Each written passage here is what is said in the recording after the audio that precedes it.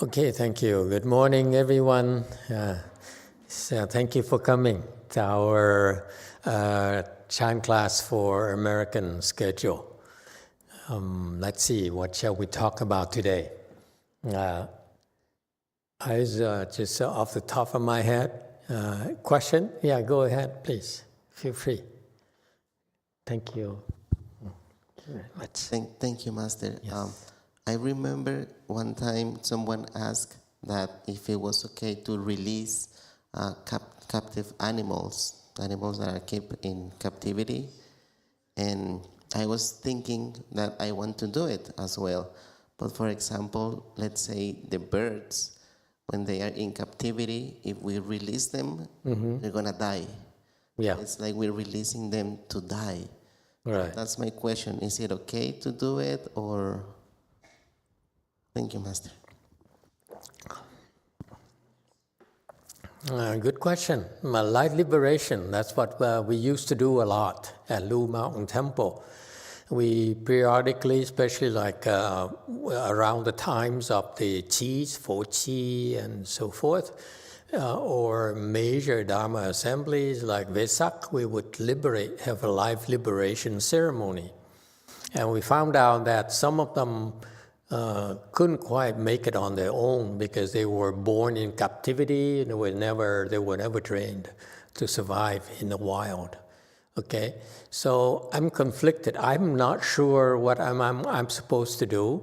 The thing is that it's well-meaning. We try to liberate them and let them live their life, their natural life.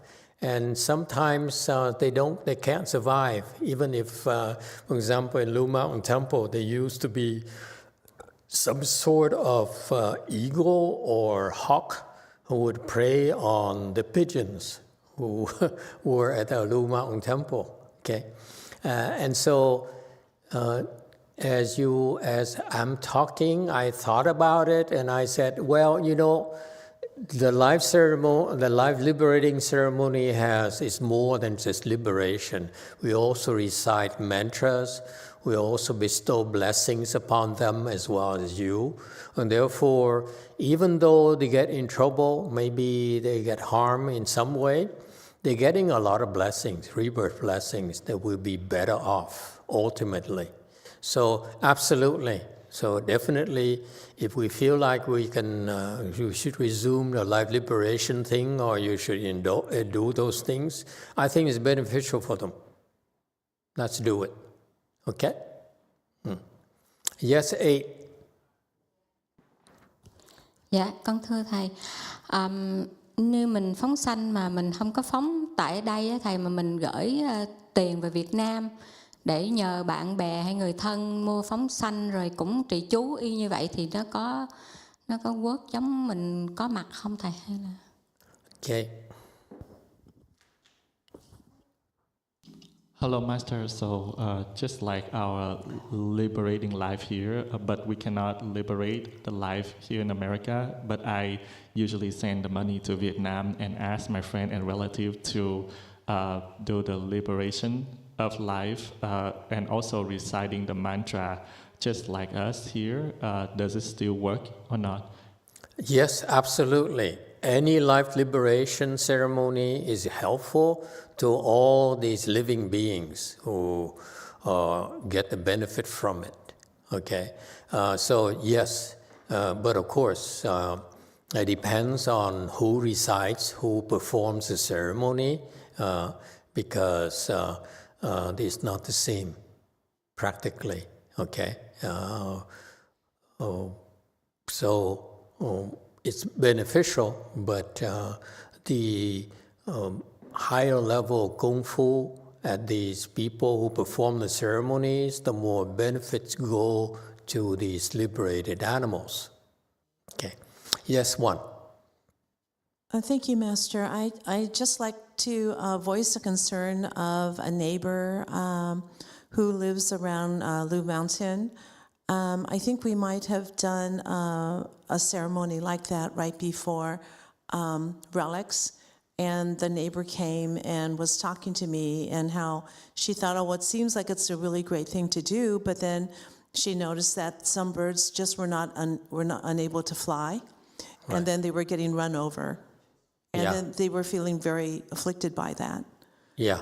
So I don't know what to say. It happens, and if that happens, let's be mindful and collect the carcasses very quickly.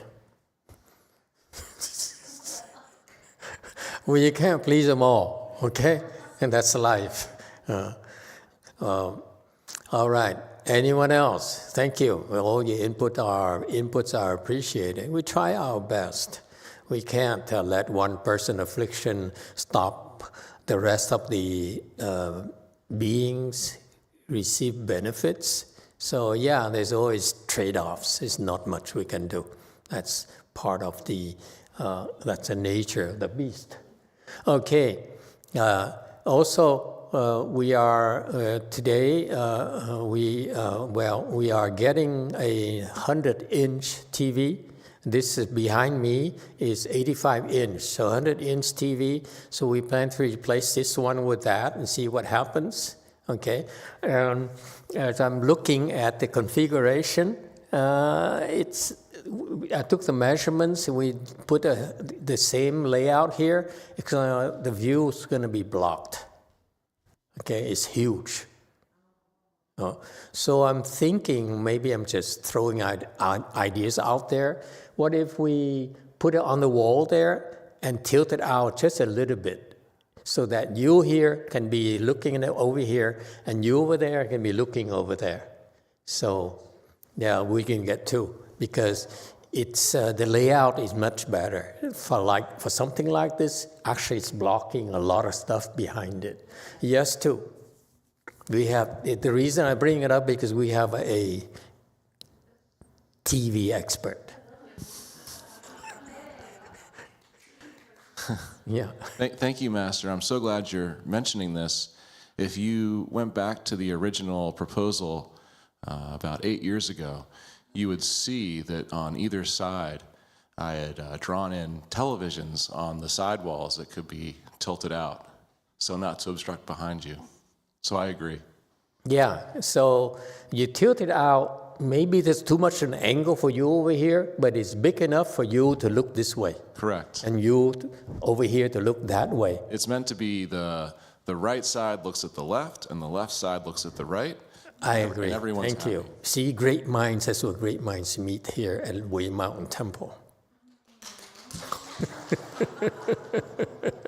So can we plan for that? Let's try that, because I heard, and please keep it among ourselves.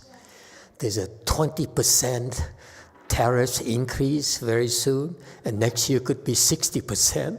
That's why I'm eager to buy the Chinese stuff very quickly before they run out.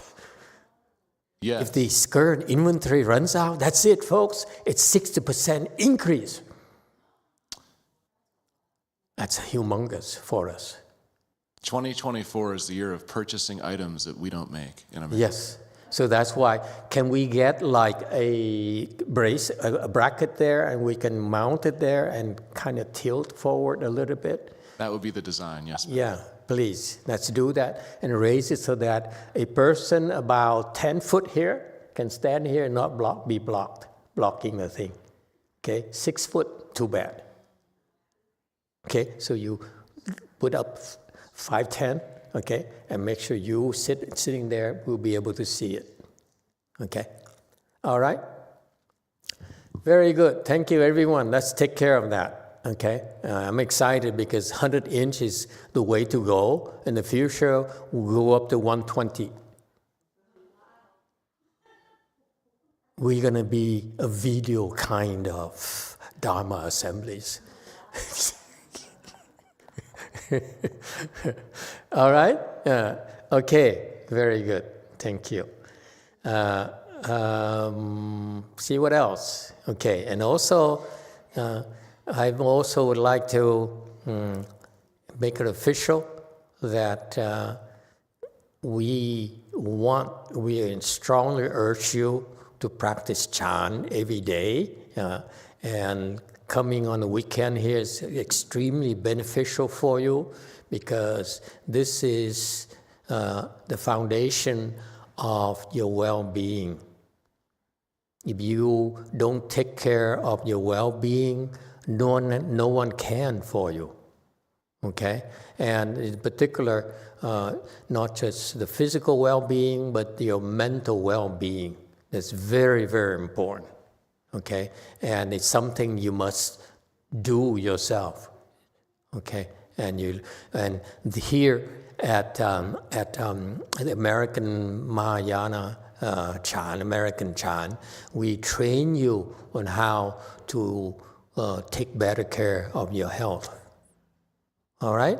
Especially mental health, which is something that most people out there don't know how to do it right. Okay? Chan is perfect for it. Yes, DTT.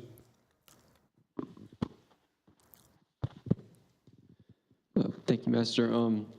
Interested in getting a hybrid car, but then now I'm not sure about the manic depression ghost because of the electric car. Yeah. So very good. I don't know if that's good or bad, but I'm out there like 10 hours sometimes, and then $40 goes into the gas. So then I need to take that into account too. Yeah. Thanks.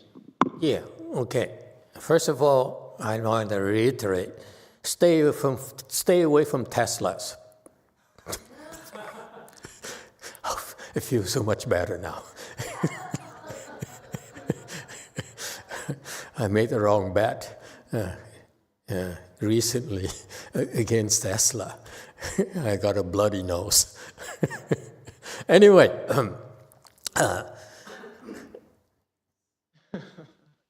Tesla is very bad for you, no two ways about it, okay?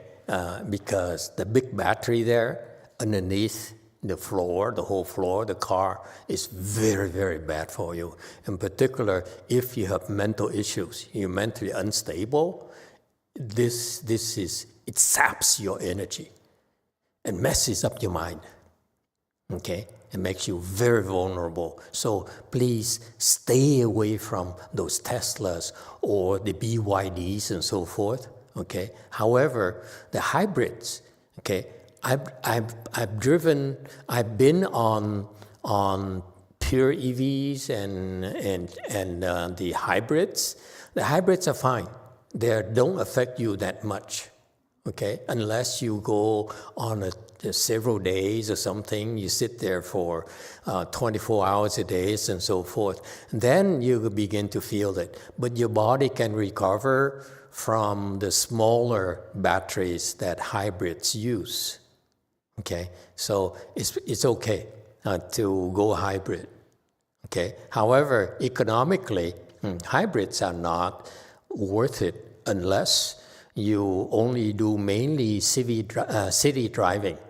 If you do drive long distances like I do, it doesn't really pay that much, unless you have you want to be ecologically responsible. Okay, but if you do a lot of inner city driving, hybrids are perfect for you. The extra expenses will pay for itself. Okay? All right. Any other questions? Okay. Then let's go and look into Master YongHua's Song Enlightenment. Remember, this is a real treat for me personally as well, because my guess is that he's 7th ground Bodhisattva. What's special about these people? 7th ground Bodhisattva are the ones who are at the point in their career where we feel they're good enough to begin to be trained on how to help living beings. Below that, you're kind of idiots. I mean, excuse me, we shouldn't call bodhisattvas idiots, but they are. Okay, low levels, they have a lot of hang-ups to work on.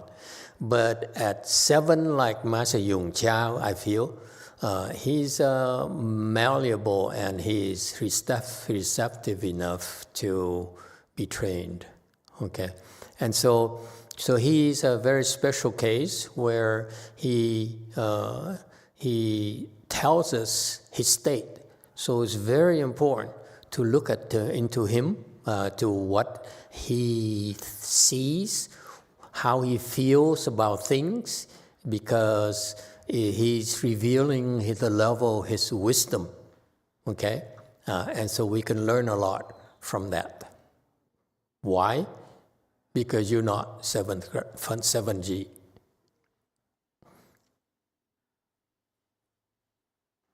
Okay? All right, we had 127. The tune is ancient, the expression pure, the bearing naturally lofty. Oh, it's not Chinese.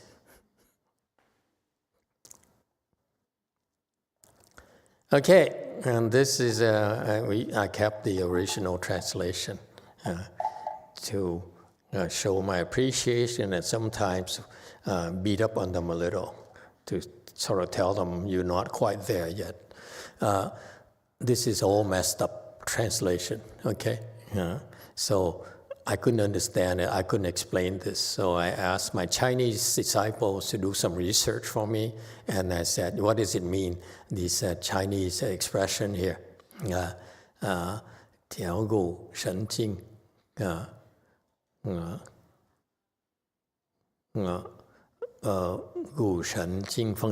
something like that, okay?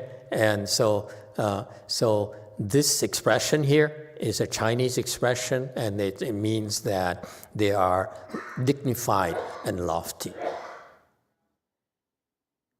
Okay? At that level of 7G, where they begin to have really a meaningful impact on others, then the appearances and their comportment are much more important. So naturally, they become more dignified and lofty.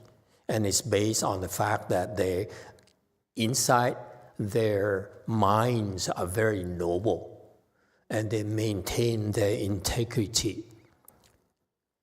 Integrity means that you are not affected by the outside pressure. Okay? And this is very important for you, especially for you who are proud of yourself. Okay? Your pride should be based on your integrity, not on external things. You should not be proud because you have a great job, have a great looking wife, you have make good money, you have reputation. That's meaningless. Integrity is the fact that you maintain your values in spite of external pressures or internal pressures. Okay? And that's from wisdom. You know that you can maintain your integrity because external things cannot impress you, cannot sway you in any way. Okay? Whereas you look around, the people who have to walk around with their nose in the air feeling they're special and so forth, is because they're attached to their small things, the small things they possess. Okay? The unimportant things that they own. All right? And so this is the nature of wisdom. Your comportment, you become naturally dignified, and you are lofty because you have the responsibility. You are a role model now, and therefore others look at you, look up to you, and therefore you must maintain, it's your responsibility to maintain the noble integrity, or your comportment is dignified and lofty. Is that clear? This is very important. This is part of his responsibility. Okay? below his level, 1 to 6G, they struggle a lot. I saw recently a photo of a 6G, and I saw how afflicted he was because he couldn't really have much sway over my disciples. He was afflicted. Okay? Anyway. 130, their appearance is haggard, their integrity unshakable, people ignore them. And the appearance haggard because they really are not trying to impress you. Okay, they get by with a bare minimum.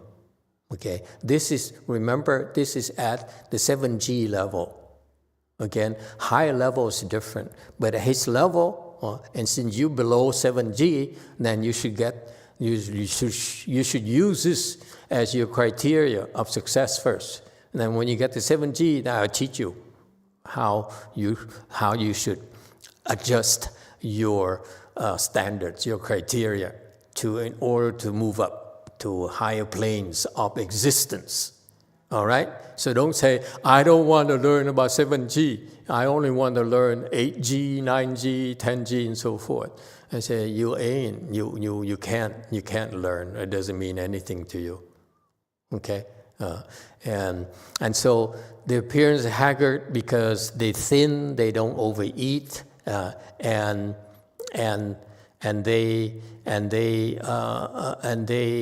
this is a very interesting point for you to keep in mind, that they don't waste energy. Haggard is that on the outside, they use minimum energy. Okay? Enough to walk, enough to sit, enough to do things, but not wasted. Okay? For example, if you're a salesman, okay, then you have to waste a lot of energy trying to please your customers. No? You salespeople, you expend a lot of energy pleasing people, connecting with people. That's what it takes to sell. Okay? And same thing, you're a teacher, there's one right there in Gold Forest, you're a teacher, you need to spend a lot of energy to connect with your students, and in particular, oppress them, to calm them down. So your Kung Fu matters, okay, if you're a teacher. The kids, they may be outside, they look at all the teachers, they feel that they have no respect for the teachers, that's why they have an attitude, and they are unruly. But however, if they meet a teacher who has Kung Fu, and you only walk in there and your strength, your inner strength, can overwhelm the kids. Okay? So that's why you need to have expand that energy in order to help others. Okay? And whereas this guy here at 7G, he says, I choose to have a haggard appearance, because I want to conserve my energy until I need to use it. So there's a difference between his level of wisdom versus our levels, because his is that he optimizes the use of his energy. Whereas we don't know better, we are constantly trying to sell ourselves and use a lot more energy than we should. Does it make sense to you? We're trying too hard, if you will. Okay? Their integrity unshakable. Actually, it comes from gu, gang, meaning the bones are so hard. Okay, it's not just integrity unshakable, but they are unmovable. They are indestructible. They cannot be swayed. It's not about integrity. It's just we're talking about physically. It's very hard to injure them, to harm them. Gu gang here is physical. The bone is so hard. The bone is like steel. It's like vajra. So physically, okay, it's very hard to harm them, to injure them. It's not integrity at all. Okay?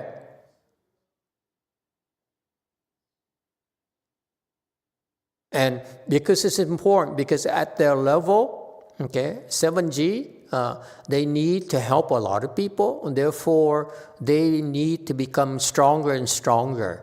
By helping more people, the bones become stronger.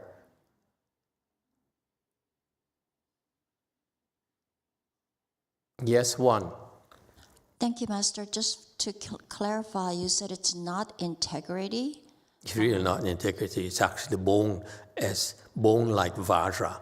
So the translation is incorrect? Yeah, they take a lot of liberties translating these things because they don't understand what they don't understand he's a 7G, why he's talking like this. Okay, and so, no, not integrity. Yes, 8.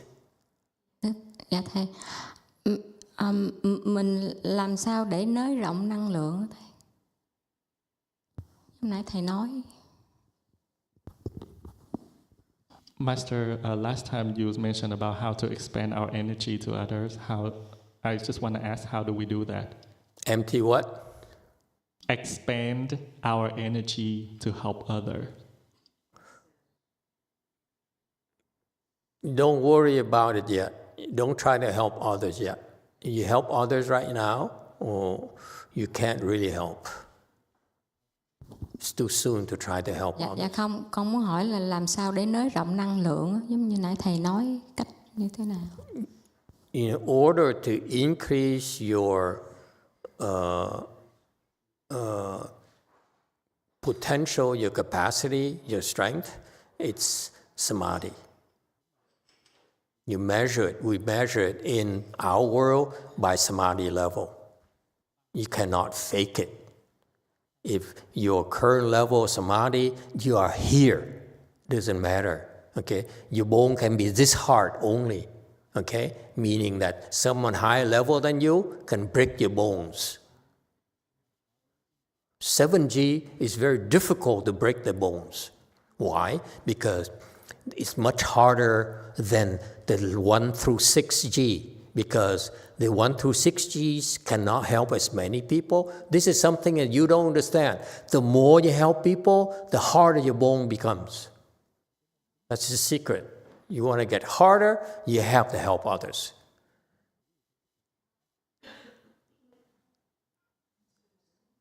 It's not, don't think they're stupid. They're doing this because that's part of their training, part of their progression.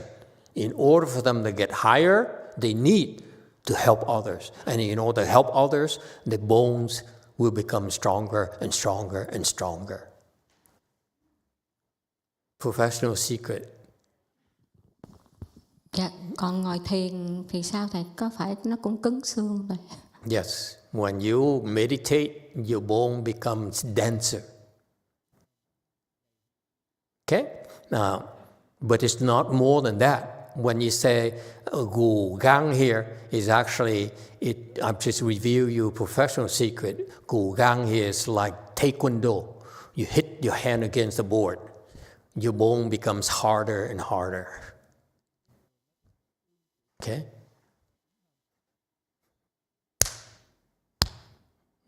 You have to do it right. You don't overdo it, then your bone will become denser and denser and denser.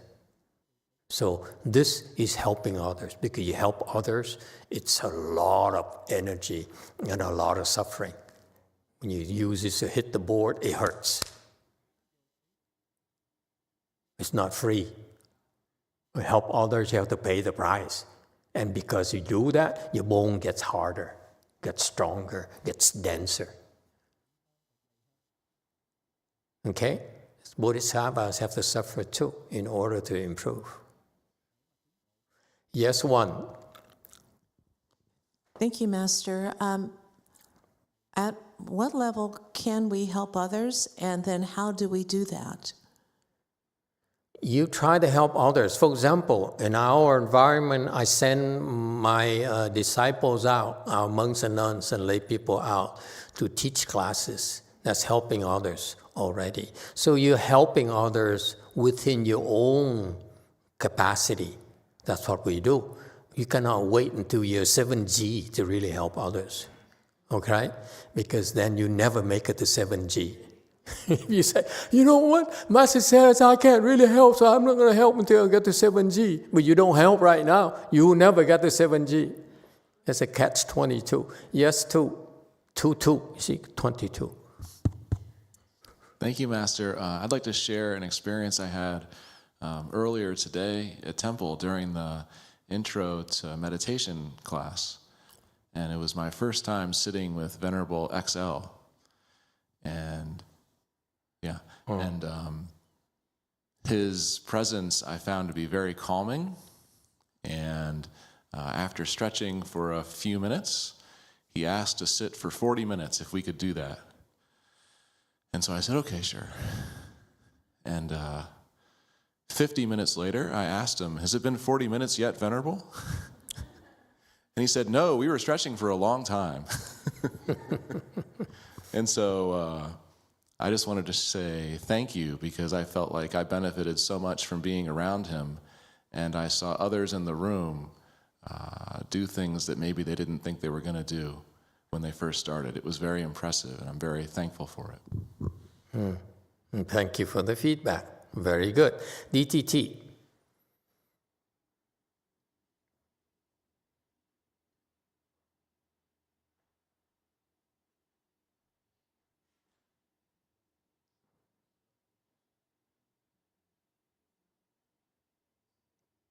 No DTT?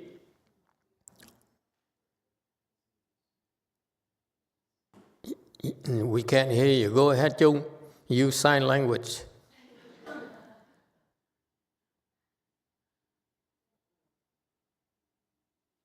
Okay. Can you hear me now, Master? Yeah. Okay. So 10 years ago in a Chan lecture, you posed a question to your students that you never actually answered.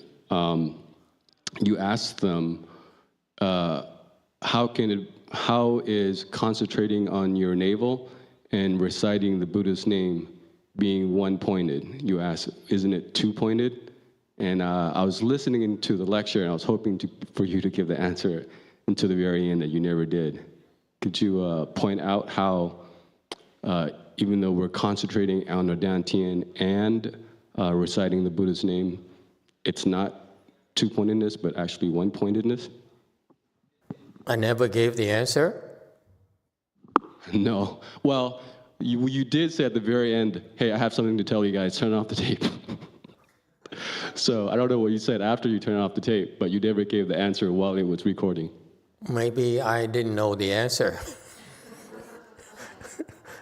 Just because I asked doesn't mean I have the answer. Well, let me think about it. Okay, so how does it, can someone help me out? How does thinking in navel and reciting Buddha's name is one-pointed, one single-mindedness instead of not two? Good question. God, I asked this. Yes, 8. Dạ, con cũng tính hỏi thầy câu đó, tại vì mỗi lần con ngó xuống đan điền á, thì cái tâm con nó vẫn niệm Phật hoặc là niệm danh hiệu Đức Quan Thế Âm Bồ Tát như vậy thường xuyên, là nó không có gì trở ngại, là con không biết sao. Con cũng tính hỏi thầy, thầy trả lời con. A Di Đà Phật. Hello, Master. I also about to ask this question. So usually when I look at my Dantian and I recite the Buddha's name and Kuan Yin Bodhisattva, I feel no obstruction, and it usually happens that way. So I don't know what about it. Can you please explain? Okay. Yes, 2. 2 will explain to you. Thank you, Master. For Chung, I think my perspective, why you're not two-pointed when you chant the Buddha's name and focus on your Dantian, That's how I was originally trained to sit half lotus when I first joined the temple. And because we are all a part of the Buddha, chanting the Buddha's name is single-minded, one-pointed, and focusing on your dantian while you chant the Buddha's name is single-minded because you're doing one thing. Okay. Yes, one. Emitofuo, Master. I remember when I was reading your Chan book, number 1, you actually answer that question, and you say that it's one mental process. What? You says that is that doing the chanting, reciting the Buddha's name and focusing on the navel is one mental process. It's one mental process. One mental process. That way you can be like single-minded. I don't even know what I meant by that. Okay, thank you. Anyone else? Yes, 5. Thank you, Master. Maybe it's because they don't obstruct each other. Okay, all right. Anyone else? When you recite the Buddha's name, where is your mind? Emitofuo, One Yin Buddha, where are you? Yao Chi Ru Lai, where is your mind?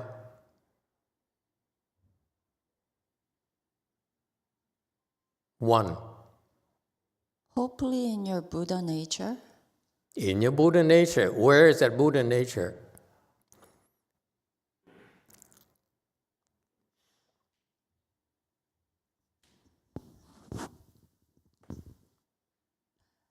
One. Maybe somewhere around Dantian. Somewhere around Dantian, good guess. Yes, 2. I believe my Buddha nature is nowhere and everywhere all at once. Nowhere and everywhere all at once. It's even more confusing. Okay. So, if I recite the Buddha's name, I look over here and say, Emitofuo. I look over there, Emitofuo. I look over here, Emitofuo. You walk around when you recite the Buddha's name, when we circumambulate, we're looking, hopefully you should open your eyes and look where you're going, right? That's what we naturally do. Does it affect our recitation or not? Not really. It's by force of habit, right? You need to look where you go. Otherwise, you might trip and fall. Okay? It's no mental processing whatsoever. It's a natural, automatic response, right? You walk. It's a part of that process. Naturally, you will look, right? Yeah. But you look here, and so forth. Okay? And so my point being that it doesn't matter. When you recite Buddha's name, you're looking somewhere anyway. Aren't you? So when you're sitting down, instead of looking somewhere, why don't you simply anchor your mind around your navel? That's all you do. Okay?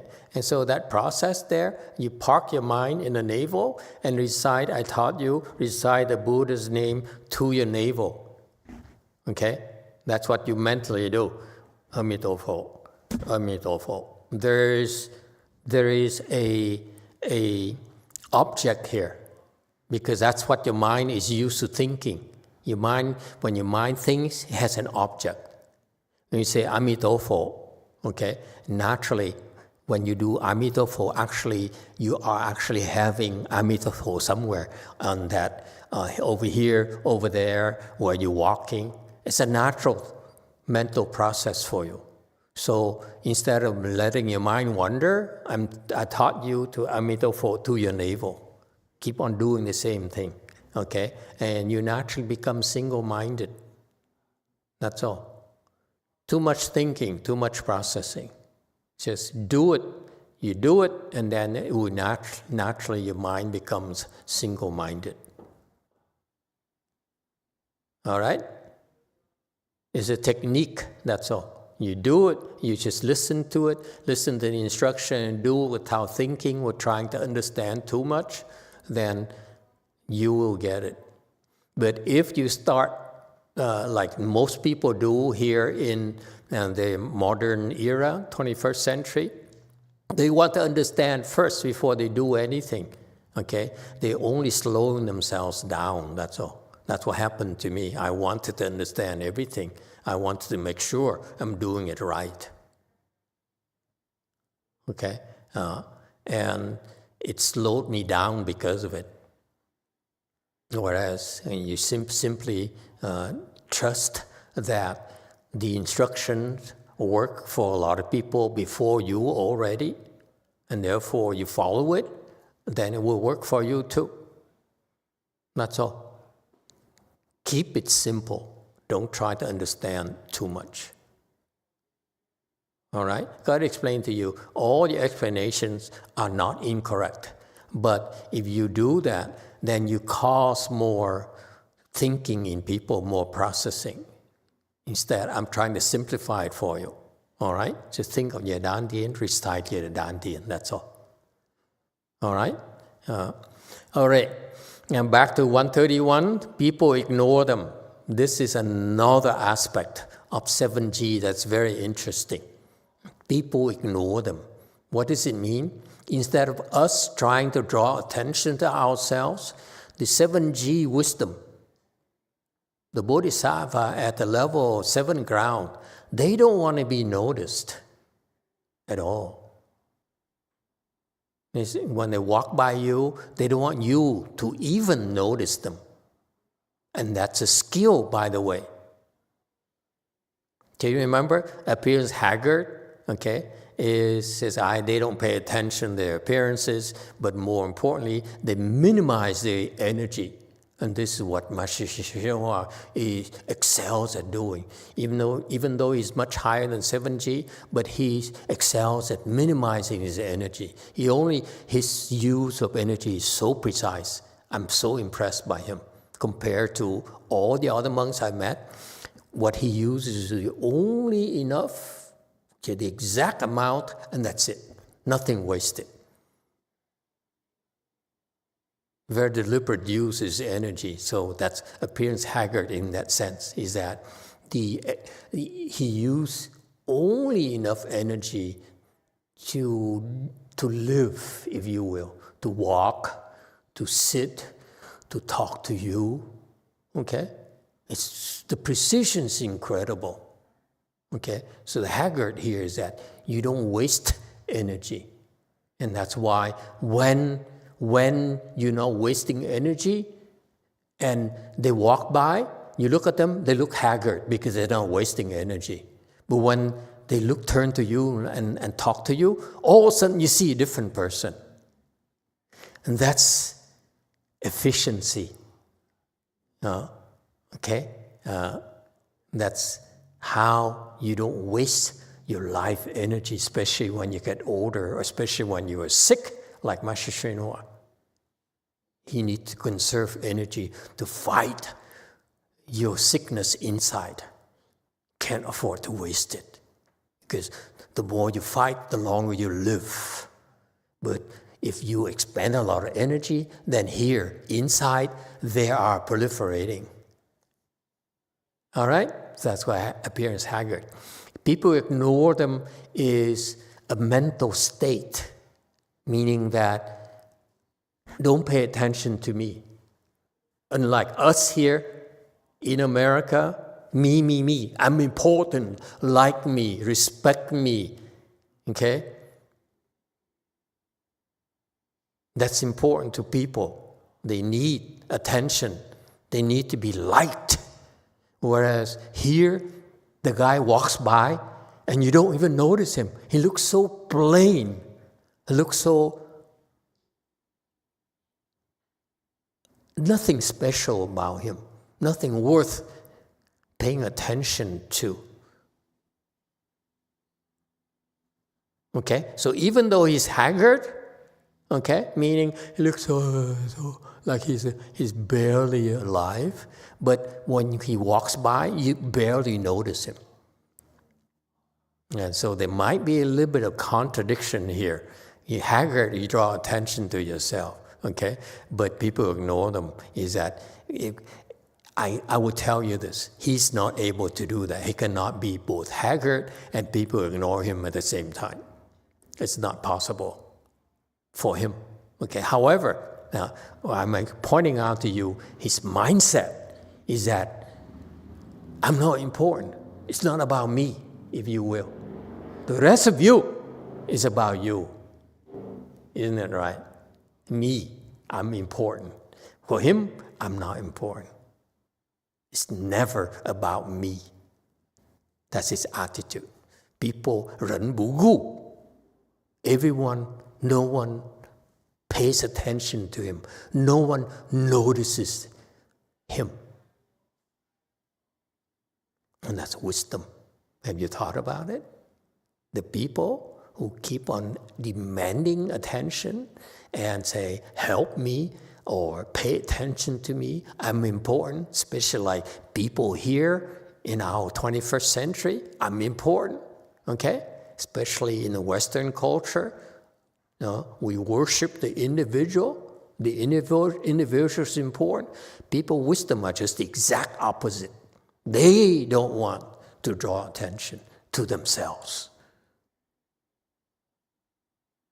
I want you to remember that because you're not there. You're constantly demanding attention. I'm important, like me. I hope Master likes me. When you like that, I don't like you, I assure you. Okay, that's too blunt. Okay, 132. The Shakyan disciples say that they are poor.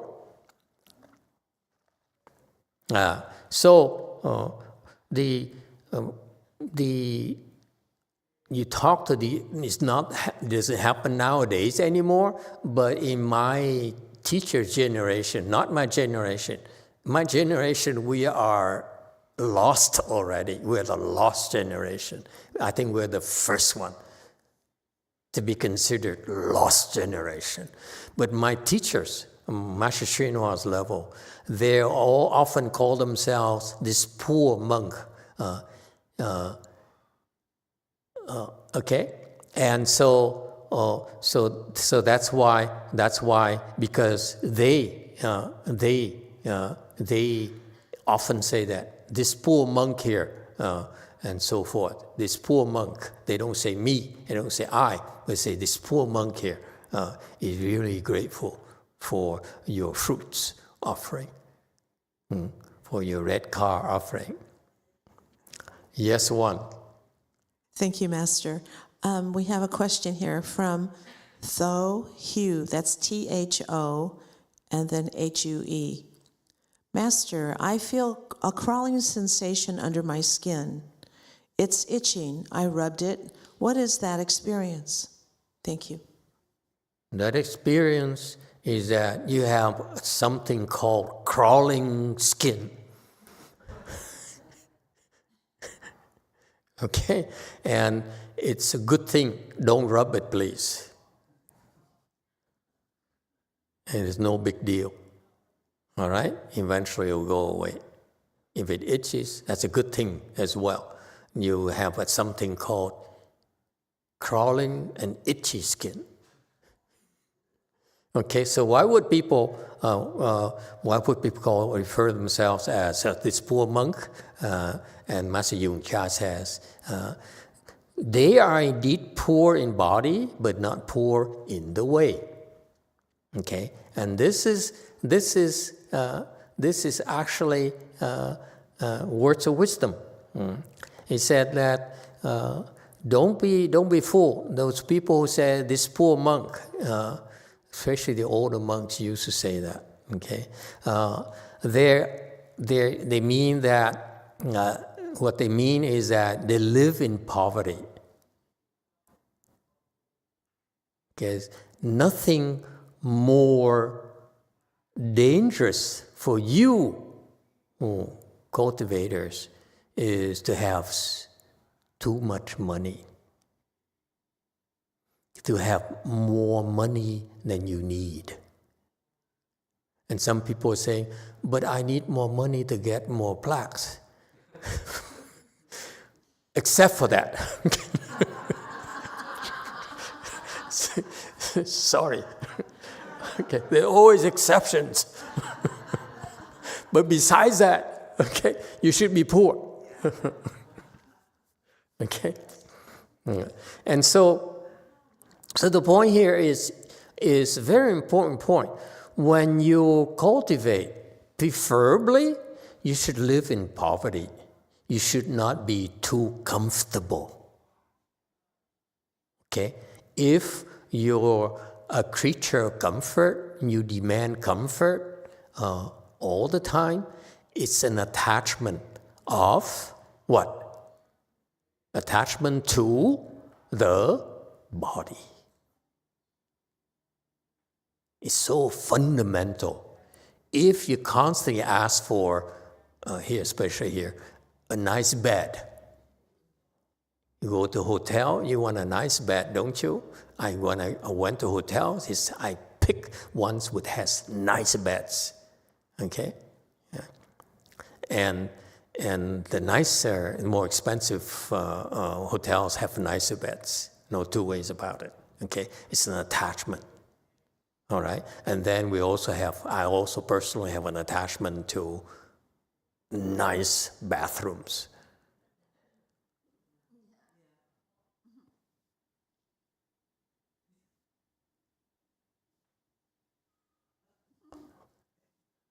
When I go to Korea, I don't see any bathrooms with marbles. To me, that's important. Okay. Anyway, but I'm working on it, okay? Give me time, I promise. Okay, so the point here is that if you need comfort when you cultivate, that is a sure sign of your attachment to the body. And attachment to the body is the first attachment that stops you from going into the realms of transcendental wisdom. So be careful. If you are constantly demanding comfort, it's not good for your cultivation. Okay? It's so fundamental. And this is why nowadays you go to the Taiwanese temples, everyone, especially all the monks and nuns, are so comfortable. They have their room, they have their own bathrooms, and their masters make sure that they're comfortable. Whereas the attitude should be, they should have enough to cultivate. And that's what is meant by poor in body. Okay? The body is poor, meaning it barely makes it.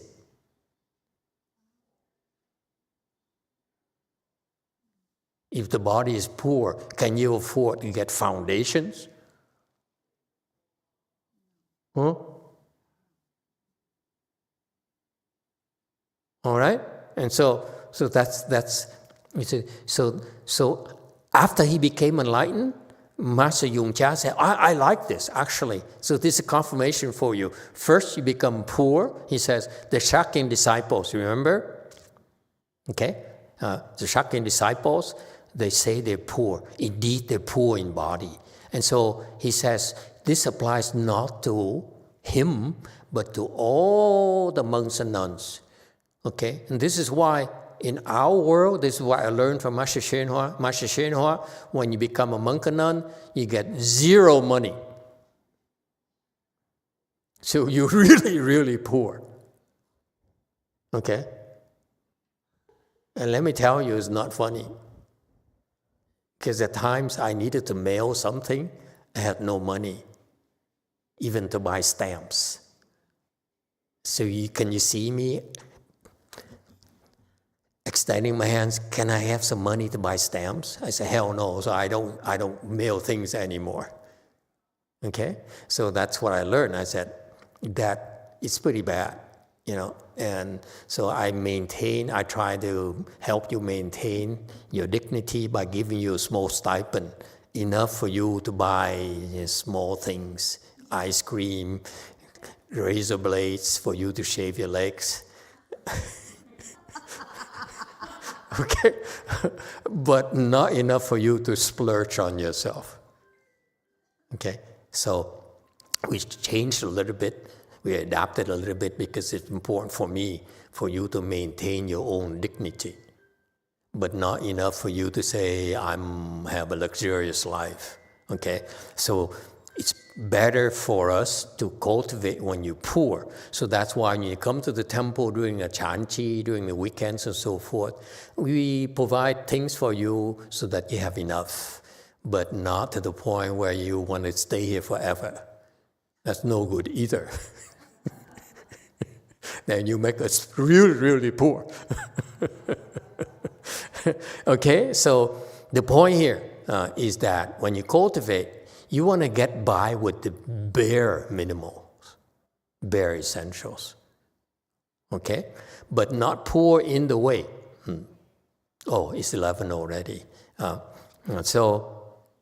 But they're not poor because they actually, in a spiritual sense, they don't feel they're poor at all. They feel they're so rich. They have so much in their heart. So outside they're poor, but inside it doesn't bother them. And actually inside they feel very, very happy.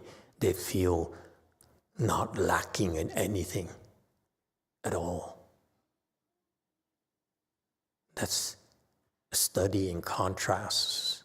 They let go. We learn to love the Sanghas, disciples, Shakyan disciples. They learn to let go of material things. And by doing that, they feel so fulfilled, so rich, and so full here in their heart. Okay, we stop here today. Thank you, everyone.